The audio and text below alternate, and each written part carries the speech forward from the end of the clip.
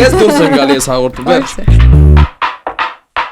Ոնց են մտածում, որ ինֆլուենսերը պետք է կարծիք փոխի։ 1-ից 1.5 միլիոն մեկ հրապարակում է։ Վերջերս Արուստ Տիգրանյան մի հրապարակում արեց, որտեղ որ գրել էր, որ եթե դուք հղիանում եք, պարտադիր չի որ դառնաք մամա բլոգեր։ Դուք ինչ եք կարծում սրա մասին, Լուսինե։ Շատ պատասխանատու պետք է լինել կոնտենտ ստեղծելիս ու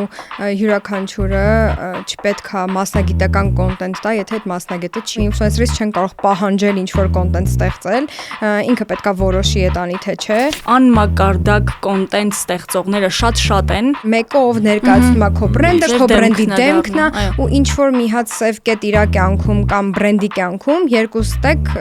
խափանվում է ամեն ինչ։ Պրոդուկտը վերցնում են, գովազդում են առանց փորձարկելու։ Ու տեսնում ես ինքը ունի 800 միլիոն հետևորդ եւ 3 լայք, հասկանում ես, որ այդ մարդը չի կարող ունենալ այդքան հետևորդ։ Լսանի 70%-ը դափուլ լսարան է, մոտ 70,000 իրական հետևորդներ ուներ, մնացածը իրական չէին։ Թեմայի մեջ բացում ենք թեման բոլոր կողմերից։